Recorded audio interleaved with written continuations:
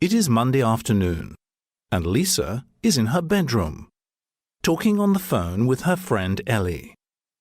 Lisa is holding an official-looking envelope in her hand.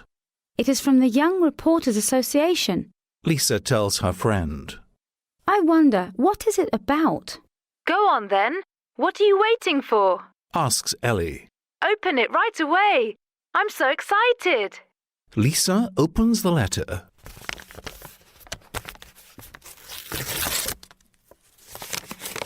And reads aloud.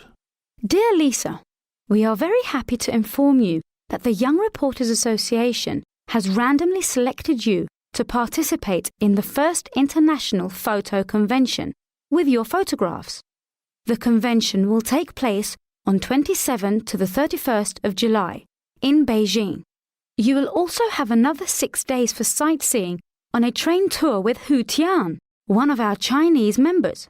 The Young Reporters Association will plan and pay for the whole trip. So, pack your bags, Lisa. You are going to China. Sincerely, Yao Ming, General Secretary of the Young Reporters Association.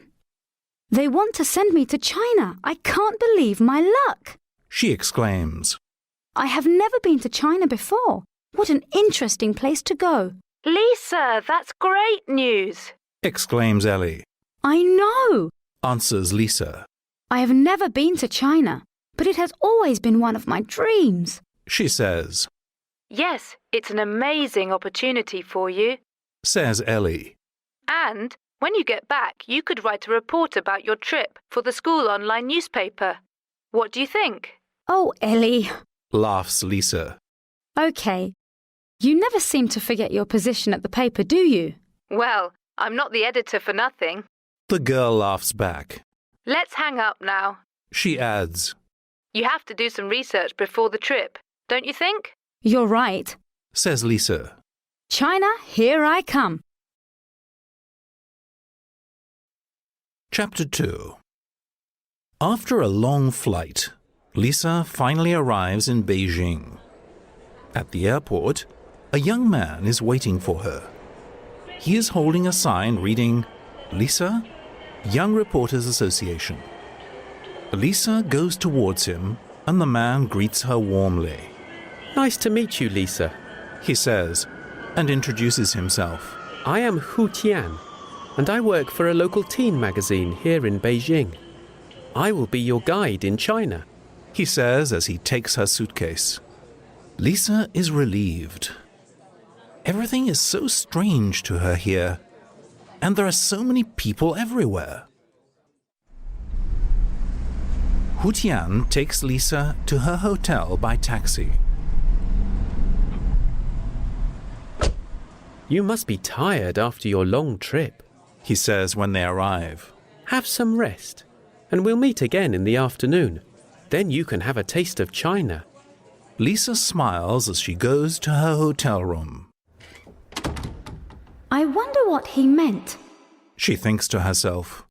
Oh well, I guess I'll find out in a few hours, she says and falls asleep right away. After her nap, Lisa feels like a new person. She meets up with Hu Tian and his sister May. The two take her to a restaurant in the old city. So that's what you meant with a taste of China, Lisa exclaims. Yes, smiles Hu Tian. You're going to enjoy a traditional Beijing dinner. Lisa remembers the delicious Chinese food in New York and is excited to try some authentic Chinese cuisine. Maybe it will be even tastier. At the restaurant, Lisa sees a round piece of glass in the center of the table. I know! Shouts Lisa. It's a rotating tray.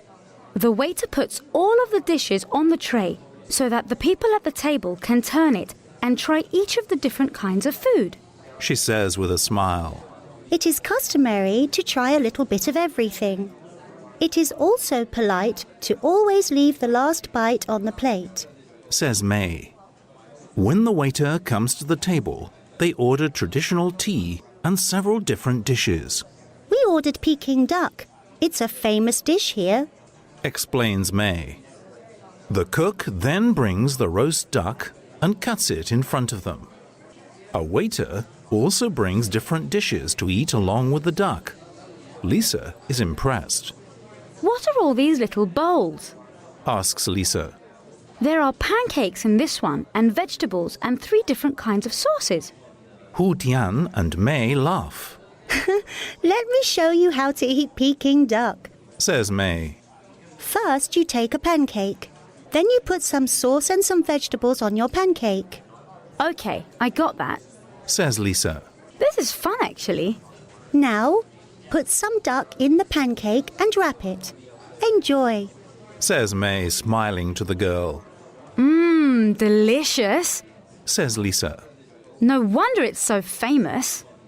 They take turns turning the tray and tasting the different kinds of food. Hu Tian and May are eating with chopsticks. Is it difficult to eat with chopsticks? Asks Lisa. No, not really. Says Hu Tian, and May offers to teach her. I've never learnt so much at a dinner table before. Lisa says with a giggle. It is a fun evening of new experiences.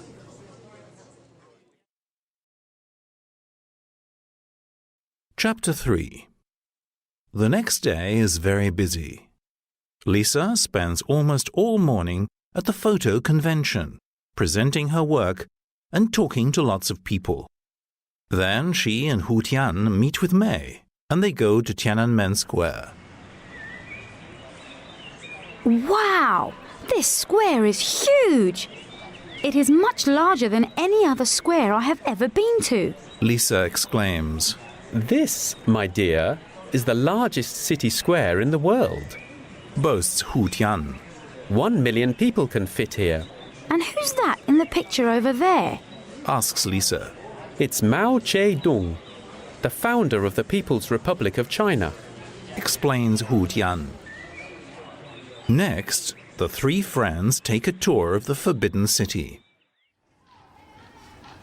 Lisa is impressed by the artwork and history she discovers there. The Forbidden City is about 600 years old. It used to be the Chinese Emperor's palace. You see, in Chinese history there were no kings or queens. We had emperors and empresses. Now the place is a huge museum, the Palace Museum. Common people could not enter the Forbidden City. That is why they called it forbidden. Says Hu Tian. Lisa and her friends are now in the Hall of Supreme Harmony. The Emperor's throne is here. Says May. Lisa looks around. There are dragons everywhere. Lisa is impressed and asks May about it. The dragon is a symbol of power, strength, and good luck. May explains. It was also the symbol of the Emperor himself. In the Hall of Supreme Harmony, experts counted 13,844 dragons. Adds Hu Tian. As they walk towards the exit, Lisa hears Hu Tian's voice. Come on, Lisa. Hu Tian shouts. I'm hungry.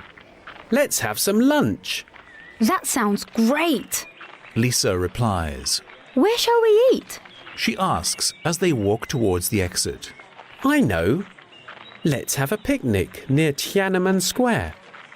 We can buy some sandwiches over there. Hu Tian suggests, pointing to a shop across the street. They sit down on a bench and have a lovely picnic in the warm sun. Lisa is admiring a very large modern building across the street. That is a beautiful building. Says Lisa. It looks like a giant egg, doesn't it? You're right, Lisa. Says May. It is the National Centre for the Performing Arts, but the local people just call it the Egg.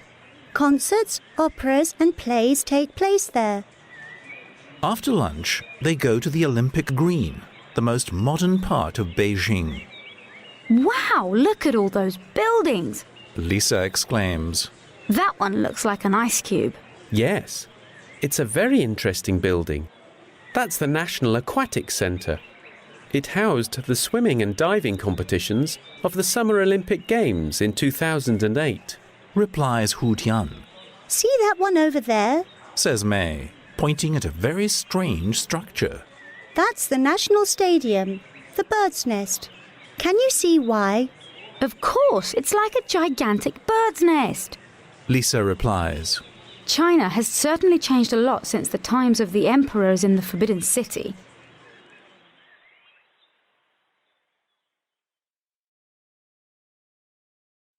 Chapter 4. For Lisa's last day in Beijing, Hu Tian and May have a special surprise for her. They decide to take their friend on a short trip. Where are we going? Asks Lisa at the bus station. We can't tell you. It's a surprise, Says Hu Tian with a grin. Yes, you'll see when we get there. Says May with a giggle. Now, let's get on the bus. The scenery changes outside the bus window.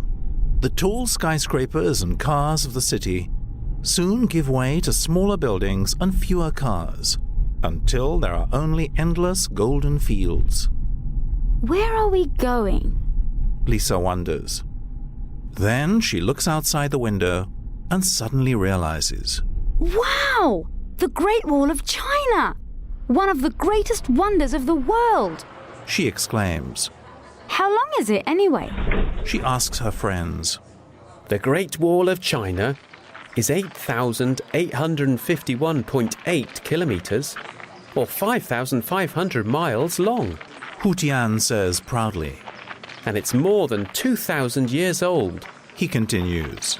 The Emperor Qin Shi Huang of the Qin dynasty started the wall around 221 BC. Adds May. But work continued during the Han and until the Ming dynasty in the 14th century. She says. Thousands, if not millions of people worked day and night to finish the wall. It's very impressive. Says Lisa, as the three walk to the closest part of the Great Wall. It is on a steep hill. This is a beautiful walk, but it is harder than it looks. Lisa says, stopping to catch her breath. Don't worry. Hu Tian replies. You will be able to relax later. What do you mean? She asks. It's another surprise. Hu Tian says, smiling. A whole day of surprises? This is so much fun. You two are great. Lisa says as she takes photos of her new friends and the Great Wall. Now say cheese. A little later, Hu Tian and May look at Lisa and smile. It is time to show you a different China, says Hu Tian. I have no idea what you're talking about, but I'm sure it's going to be another great experience. Lisa says, smiling back.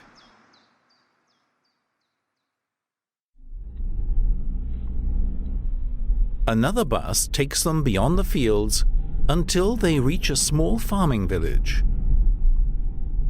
They get off and see an elderly man and woman. Ni hao. They greet the three friends in Chinese, Hello. says Lisa, and then turns to Hu Tian and May, They are our aunt and uncle. says May. They don't speak English, but they are very friendly. Then they all walk down a small road with gates and walls on all sides. They enter one of the gateways.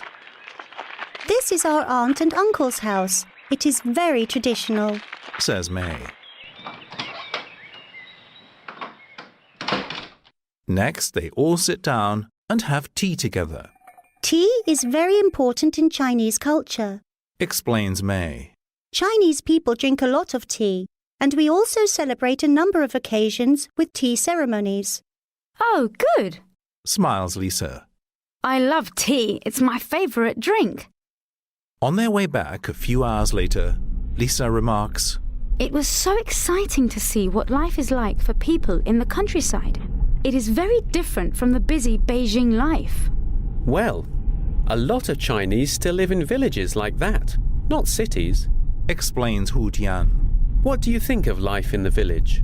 The village is quieter and the countryside around it is very beautiful. However, there is more technology in the city and more things to do than in the village. says Lisa thoughtfully. I guess that city life and village life are both nice, but in different ways.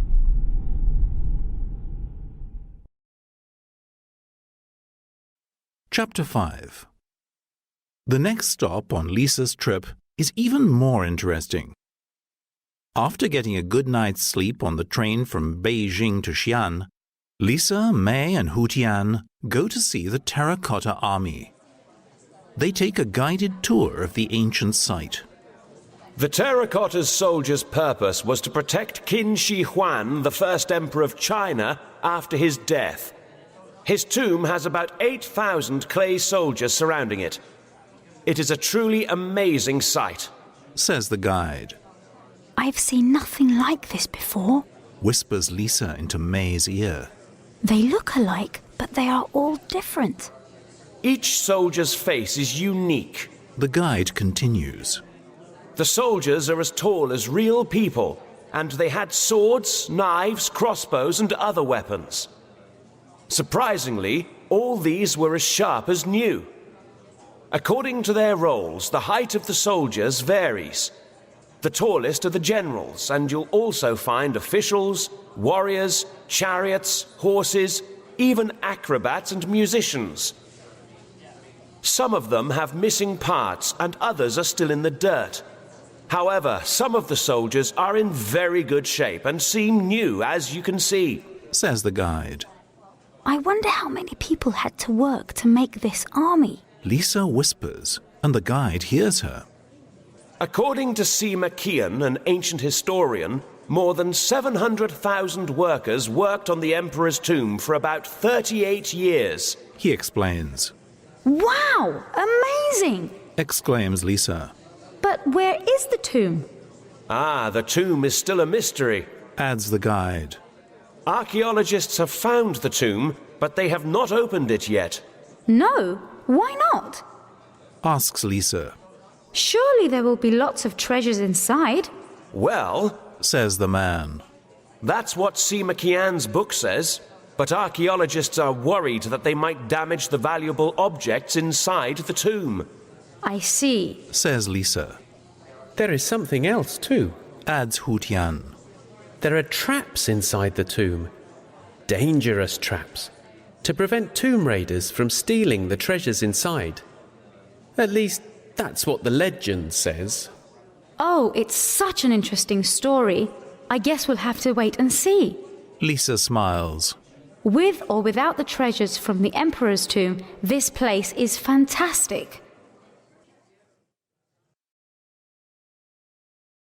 Chapter 6. The next day, Lisa, May and Hu Tian go to Shanghai on another overnight train. The first place to visit is an area called the Bund. It's a lively place by the Huangpu River, full of beautiful historical buildings. They walk down a street called Nanjing Road, the main street of the Bund, and have lunch at a restaurant. Lisa tries Shanghai crispy chicken, and she finds it delicious. I'm really getting used to using chopsticks. It's actually a lot of fun, Lisa says excitedly. After lunch, they walk a few blocks to the Yu Garden in Shanghai's old city. It is a traditional Chinese garden with beautiful old buildings called pagodas. It is very large and they take their time exploring it. There are various trees and rocks and small ponds with bridges. Ducks and fish are swimming in the water, and there are dragons on the walls. The trees, plants and flowers are so pretty, and it's so peaceful here. Lisa admires. It is the perfect place to walk around. It makes you feel you are at one with nature. Well, that is exactly what the Chinese garden is about. Says May. Here, one can escape from the busy daily routine and have some time to themselves.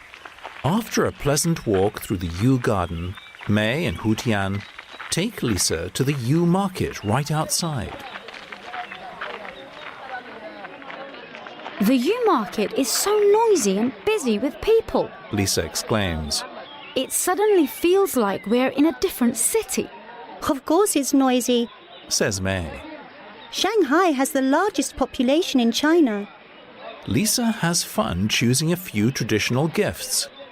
A pearl necklace for her mother, chopsticks for all her family, and a beautiful silk dress for herself. Then she asks May, I want to get something special for my friend Ellie. What do you suggest? May points to some Chinese silk scarves. How about one of those? Chinese silk is famous worldwide. Great, Ellie will love it. Lisa says enthusiastically as she buys the scarf.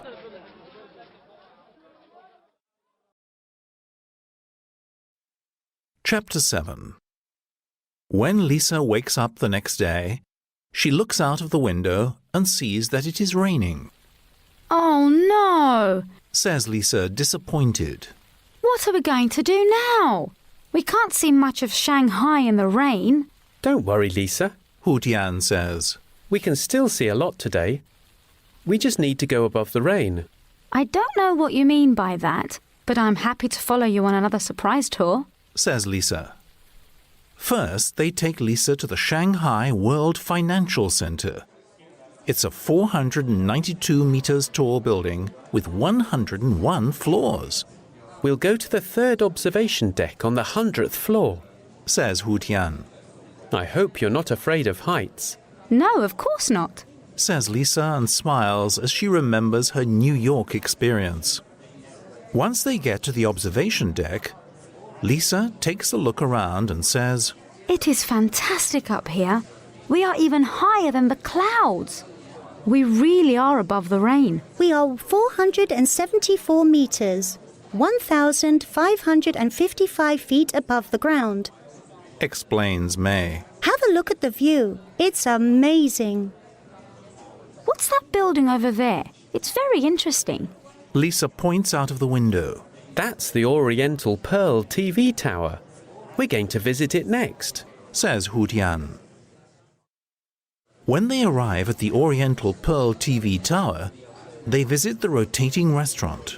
It stands 267 meters, or 876 feet above Shanghai. This place is great. Hey, look! I can see the Shanghai World Financial Center from here, says Lisa, looking out of the large windows. The rain stopped, says May. Suddenly, a rainbow appears in the sky. Wow! Admires Lisa. How wonderful! She has a great day in the Shanghai sky. Chapter 8. After taking the last train ride of their trip, Lisa, Hu Tian and May arrive in Hong Kong. I can already tell that Hong Kong is different from any of the other places we've been to. The cars are driving on the left side of the road, Lisa says, during their taxi ride to the hotel. That's not the only difference. May tells Lisa. The people here speak Cantonese. It is different from Mandarin Chinese, but they also have much in common. Tell me some more about Hong Kong, asks Lisa. I don't really know much. Well, it is one of the most populated places in the world with an amazing culture. Hong Kong's landscape is also unique. There are hills and tall mountains, parks and nature reserves, and there are about 200 offshore islands. Visitors have a lot to do here. Just wait and see, May says. After leaving their luggage in their hotel rooms, they head to the Peak Tram. It takes them up to the peak, the top of one of the nearby mountains, 396 meters above sea level. The view from the top of the peak tower is breathtaking. Hong Kong's skyline is very impressive, as you can see. There are more than 7,600 skyscrapers, but that's not what makes the place so special, May says. Yes, it is a great mixture of amazing buildings and beautiful landscape. The view is fantastic from up here, Replies Lisa enthusiastically. Let me take your photo. The light is wonderful right now. She tells her friends as she reaches in her pocket for her camera. This picture will be suitable for the next photo convention. She says and smiles.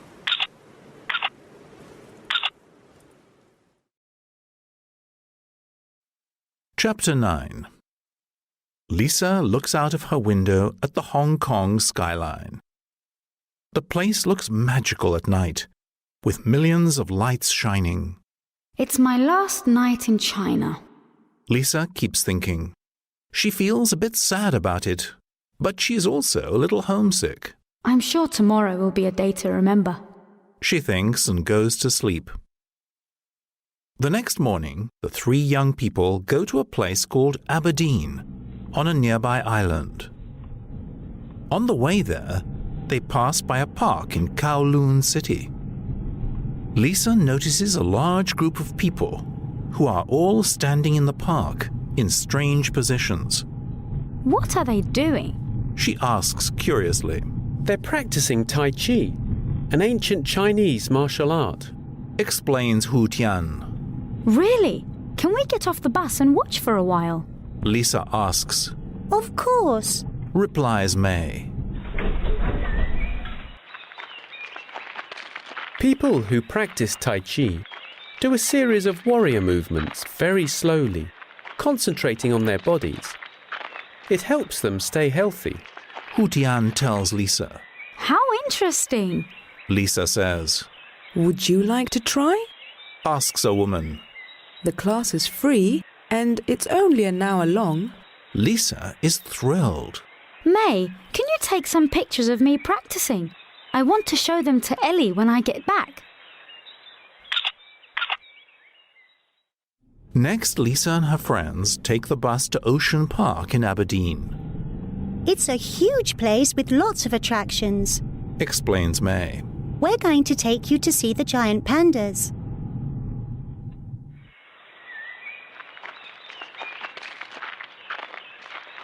Wow, they are so big. Exclaims Lisa when she sees the animals in the giant panda habitat. But they're cute.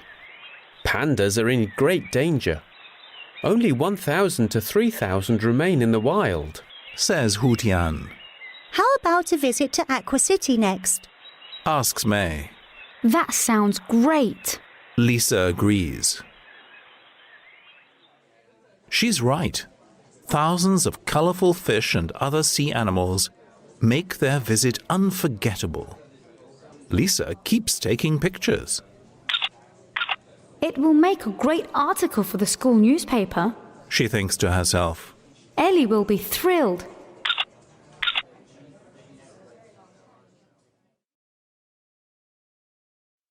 Chapter 10. The three of them are tired, but their visit to Aberdeen hasn't finished yet. Hu Tian and May take Lisa to the famous floating village on Aberdeen Harbour. They call it floating because it is a village of boats. This is incredible. There are so many boats that I can't even see the water. Exclaims Lisa. All these people live on their boats. Their lives depend on fishing and the sea. The boat people of Hong Kong have lived this way for centuries. May explains. Now, Smiles Hu Tian. since it is our last dinner together, it must be special. So they go to the Jumbo Kingdom, a famous floating restaurant. Give me a minute. Says Lisa, and disappears for a while. When she comes back, she's wearing her Chinese red silk dress. I bought it for a special occasion. She says. Well, it is a special occasion. May gives her a big hug, and they sit down to enjoy their dinner. The lights of the floating village make the place look magical.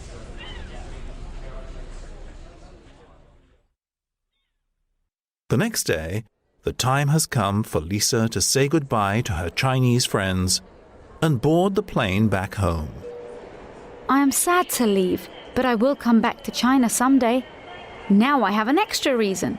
I have good friends to visit here. She says to Hu Tian and May with a smile. We must stay in touch. Promise? Asks May. I promise. Says Lisa. And you must come and visit me someday too. As she sits down in her seat, she thinks about her visit to China. The people, the food, the sights, everything was incredible. Well, She thinks, and a big smile appears on her face. I wouldn't trade this experience for all the tea in China.